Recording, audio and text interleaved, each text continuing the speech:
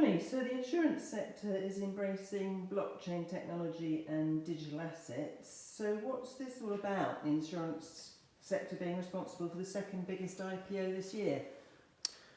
Well, the global insurance market has annual premiums of something in excess of 5.3 trillion. So I suppose it should be no surprise that they're beginning to harness the sort of power of blockchain technology and seeing opportunities to offer insurance for those assets and companies that are involved in this sector. And in a recent report from Accenture, they claim that the global market for blockchain in insurance is expected to grow to over 1.3 billion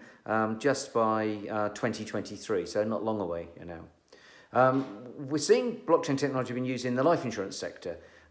as according to the Property Casualty Insurers Association in the States, 10% of life insurance claims are fraudulent. And Munich Re claims that blockchain technology can have a big impact on the insurance sector in a variety of ways, helping to improve the efficiencies of the way policies are underwritten,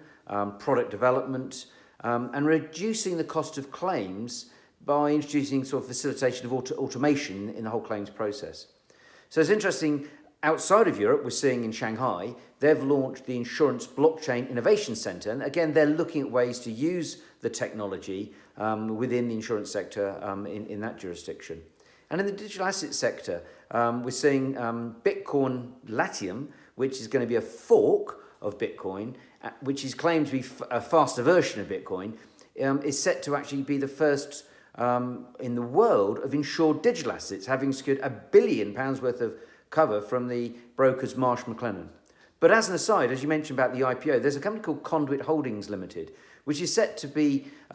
set the record for the largest amount of capital to be raised as a startup to be listed on the London Stock Exchange, having raised an incredible 1.1 billion, and it's basically going to be underwriting in the insurance sector, and it's set to be, as you correctly say, the second biggest IPO in London. But ultimately, the cost of insurance is about the amount of risk that the underwriter is taking on, and therefore the less risk and more trust there is, the greater transparency that you can give in terms of the information, that ought to lead to lower premiums, which has to be good news for buyers of insurance.